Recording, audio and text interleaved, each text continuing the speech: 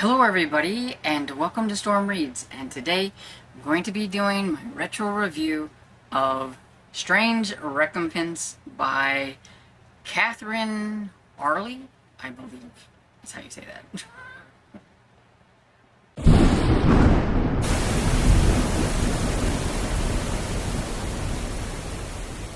Okay, so like I do with a lot of my little retros, I try to give you a little information about the author. I don't really know a whole lot about this one and everything. I'm just going to read what it has on here for Goodreads.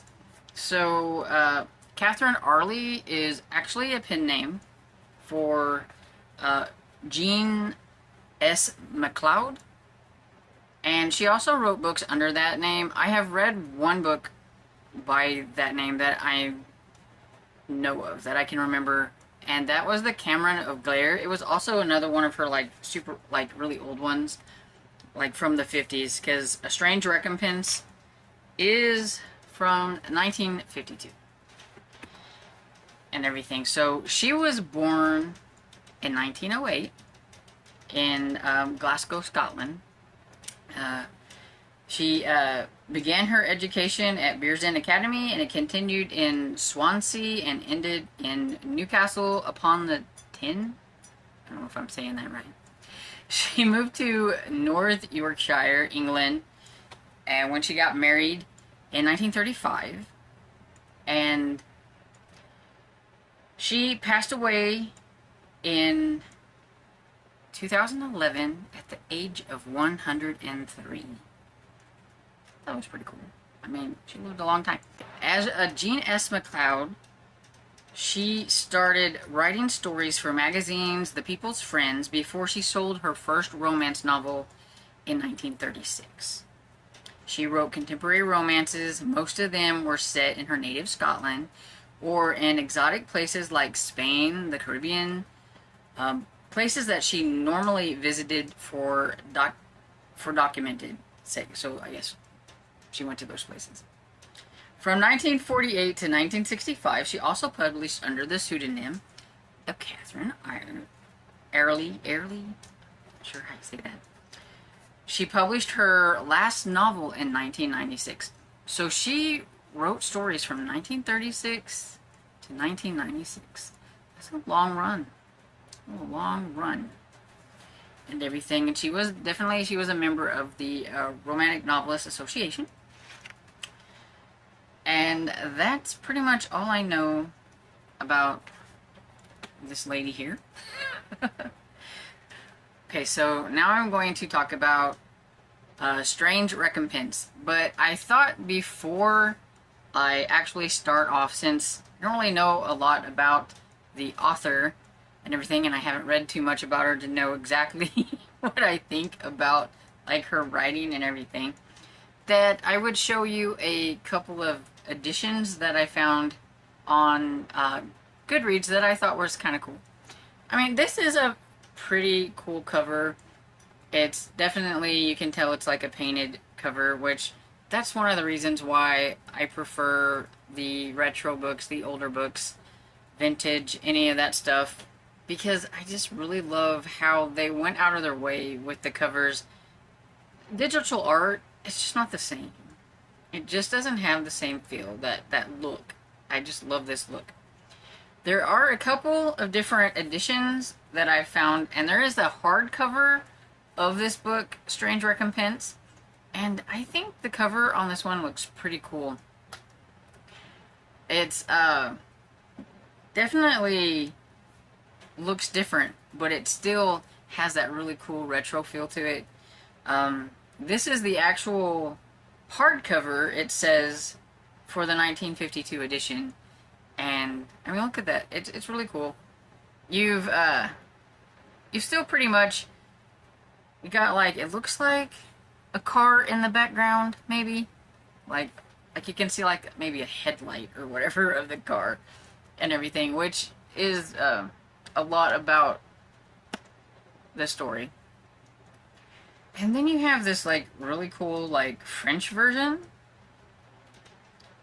and the cover on this French version, I really like this cover too. if I could just collect all the covers. I really like this one. Like, her hair's all, like, you know, wild and everything. And, I don't know, it's just really cool. I don't know anything about, like, who the cover artists are. And they never say in these Harlequin books who the cover artists are. Or I would let you know. But, I don't know. But anyway, yeah, the French one is really cool. I like the really, like, wild out hair. Because I think it kind of tells a lot about the story, because in Strange Recompense, we have a young lady who has amnesia. She is in an accident at the very beginning, and you don't know any more than that. Like, there was an accident, and now she's woken up, like, and she doesn't remember who she is, where she come from, or any of that stuff. She's walking on the road. Another young lady finds her. She's driving a car. Her name is Ruth. She's like, man, you know, this lady looks, you know, pretty haggard. She's like, can I help you? Can I give you a ride? Or whatever. And, of course, this young lady's like, I don't know who I am. I don't know anything. And so Ruth immediately thinks that she needs to come with her because her brother, Noel, is a doctor. And so she finally coaches her into getting into the car and everything. And I mean, because she's just really kind of out of it and scared and all that stuff. And so Ruth takes her to her house because Noel lives there too. And he's often not there because he's over at the hospital ward, which isn't very far from where they live.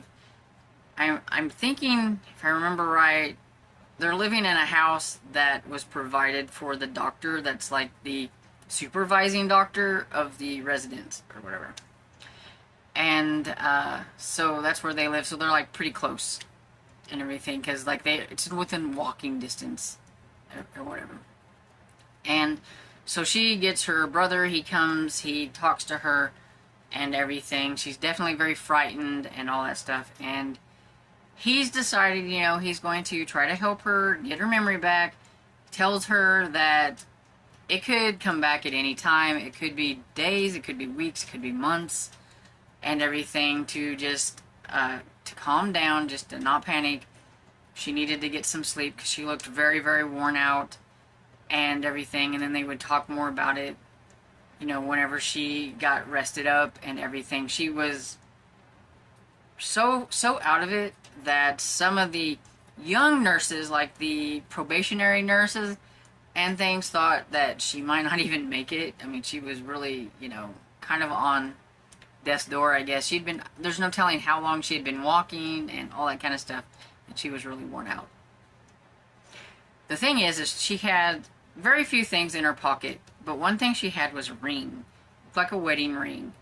And one of the young nurses, the probationary nurses, it's kind of superstitious, I guess, to not have your wedding ring on or whatever, and especially if something was to happen and she was to die. So she ends up putting the ring on this lady's finger, and she has no, like, recollection of, like, being married. And Noel doesn't like the fact that she has a ring because it means she probably has a husband and everything. So through most of this, we are thinking that she has a husband, she just can't remember. She had a little hanky with her that had the name Anne on it. So then they started calling her Anne, and she said that was better than nothing, but she still couldn't remember anything. They bring in another doctor that works there at the resident ward, and Dr. Tramby, I believe, and he's helping him with this case. And the lady over the resident hall, the hospital, thinks that he should put her over there. This other nurse, Sarah, who likes Noel and has been after him for a while, I'm taking, thinks that she needs to go over there because she's very pretty and you know, it's just not proper that she should go over there, but he doesn't want to let go of her. He wants to keep her around really close so he can keep an eye on her and try to help her with like the amnesia and everything. And yeah, so that's pretty much it. Through the whole story, we are trying to figure out, as the reader, what in the world happened to this girl. And she really just, she can't remember like anything, and it takes a while for her to start to remember things. Dr. Tramby puts her through hypnosis and gets a little bit more information, and from some like freestyle writing and things, just like, you know, what you feel is comfortable, just write it out and stuff. They start to piece things together a little bit at a time.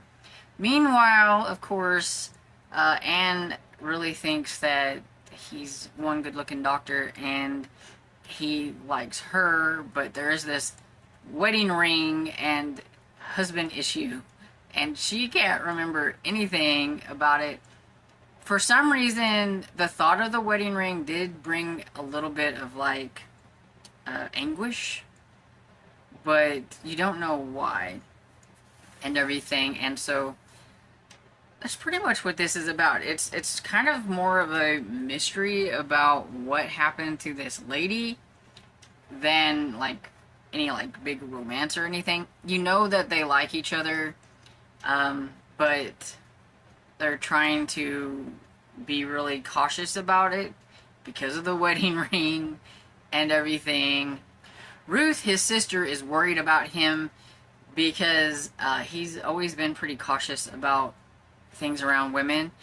And she also, I think, pretty much knows that Sarah, which is kind of her friend, she knows that Sarah likes Noel and has for a long time. And so then all of a sudden there's this other lady, but she can also see that he is really kind of falling for and everything. She has her own problems and her own like I'm calling it a problem. I guess she made a promise. Ruth made a promise to her mother that she wouldn't get married until her brother did. And Dr. Tramby, of course, is the one that likes Ruth and has been trying to get her to marry him for a long time. And he knows the reason, like, that she, like, I can't do it. Even though she wants to marry him, she can't do it because her brother. So I think a part of her kind of wants everything to work out because then maybe she could, you know, move on with her life a little bit. And of course you have Sarah. You always have to have this other woman or other man in these stories. It seems like these old ones that I've read that kind of puts, you know, a little bit of a triangle, but not really.